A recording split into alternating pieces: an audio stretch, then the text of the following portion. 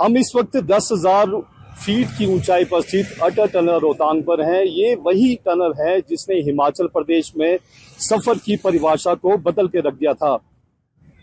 करीब 6 महीनों तक रोहतांग दर्रे में पड़ने वाली बर्फ के बाद लाहौल स्पीति जिला शेष दुनिया से कटा रहता था, लेकिन अब इस पहाड़ को चीरती हुई टनल कुछ ही पलों में लोगों को एक छोर से दूसरे छोर तक पहुंचाने में मदद कर रही है। अगर मोदी सरकार के 12 साल के कार्यकाल की बात करें तो हिमाचल प्रदेश में इसे एक बड़े इंफ्रास्ट्रक्चर के रूप में जाना जाएगा। करीब 9 किलोमीटर बनी इस टनल से जहां लाहौल स्पीति के स्थानीय जनजीवन सुधरा है, तो वहीं पर्यटन कारोबार को भी फायदा पहुंचा है। बिफोर अटल टनल ऐसा था, जब उस दौरान हम स्कूल कॉलेजेस में पढ़ते थे। आजकल जैसे छुट्टियां पड़ती थी हमको, आफ्टर एग्जाम्स जैसे आते थे खेतों में काम करने के लिए, तो हम रोहतांग क्लोज रहता था तो हम बाय फीट आते थे, मड़ी तक गाड़ी पकड़ते थे, उसके बाद हम पैदल यहाँ पहुंचते थे। तो अभी तक मतलब रोड नहीं खुला होता था ओपन, अभी जस्ट काम चला। अभी आपने देखा होगा जस्ट रोहतांग ओपन हुआ टूरिस्ट के लिए, यही टाइम रहता था उस वक्त भी।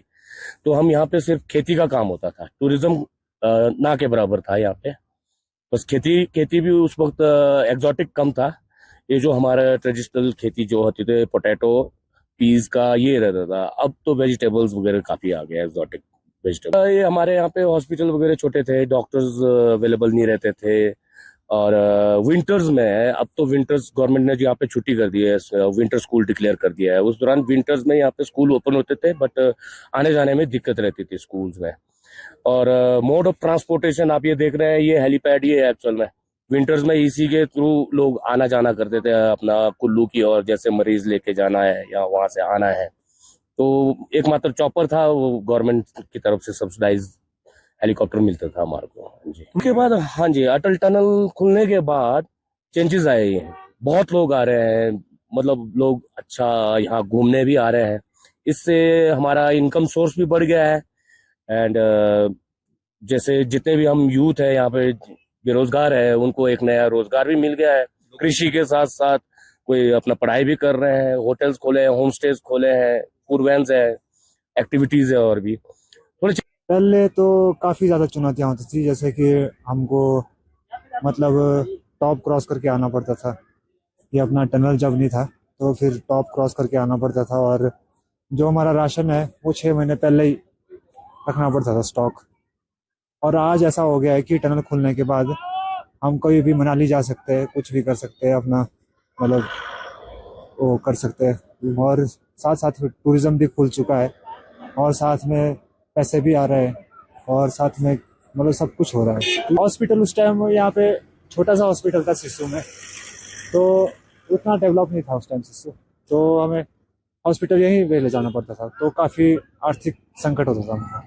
फायदा ये हुआ कि एक तो रोजगार मिल गया, लोगों को रोजगार मिल गया। दूसरा, जैसे पहले ऐसा था कि कोई बीमार उमूर हो जाता था तो उसमें मुश्किल होता था सर्दियों में, तो आजकल ऐसा दिक्कत नहीं है। 1-2 दिन आपका टनल बंद रहेगा तो तीसरे दिन खुल जाता लगभग। पहले तो 6 महीने बंद रहता था, और अब क्योंकि हम रोहतांग होके आते थे, रोहतांग से आना जाना होता था उस समय। तो बीमार हो गए तो फिर तो हेलीपैड है यहाँ पर, तो हेलीकॉप्टर आता था यहाँ पर, और वो भी मौसम साफ होगा तभी आएगा, अगर नहीं होगा तो फिर वो भी नहीं आएगा। अब ये टूरिज्म बढ़ गया, टूरिज्म बहुत ज्यादा बढ़ गया यहाँ पर। अब आजकल तो बहुत ज्यादा रश है, जिस पार तक तो बहुत ज्यादा रश होता है आजकल। हाँ बिल्कुल, रोजगारी मिल गया। पहाड़ वही है, मौसम भी वही है, लेकिन सफर अब बदल चुका है। शायद इसी वजह से हिमाचल प्रदेश में इस अटल टनल को एक विकास के तौर पर देखा जा रहा है। करीब 9 किलोमीटर बनी इस टनल को देश भर में सबसे लंबी हाईवे टनलों में शुमार माना जाता है, जो सबसे अधिक ऊंचाई पर बनाई गई हैं। हालांकि इसका असर अब आवाजाही तक सीमित नहीं रहा, वहीं पर्यटन के साथ साथ स्थानीय लोगों के लिए स्वास्थ्य, शिक्षा तथा अन्य जरूरी सेवाओं तक पहुंच पहले की तुलना में और अधिक सुगम हो गई है। वहीं सामरिक दृष्टि से भी अटल टनल बेहद खास मानी जाती रही है। ये सेना की आवाजाही को हर मौसम में सुगम बनाती है और सीमावर्ती क्षेत्रों तक पहुंच को तेज व अधिक प्रभावी बनाने में महत्वपूर्ण भूमिका निभाती है। हालांकि बढ़ते पर्यटन और ट्रैफिक के बाद काफी चुनौतियां जो सामने आई हैं, लेकिन विकास के आगे कहीं ना कहीं ये चुनौतियां भी अब लोगों को मंजूर है। कैमरा पर्सन जितेंद्र के साथ मनविंदर अरोड़ा, अटल टनल रोहतांग आज तक।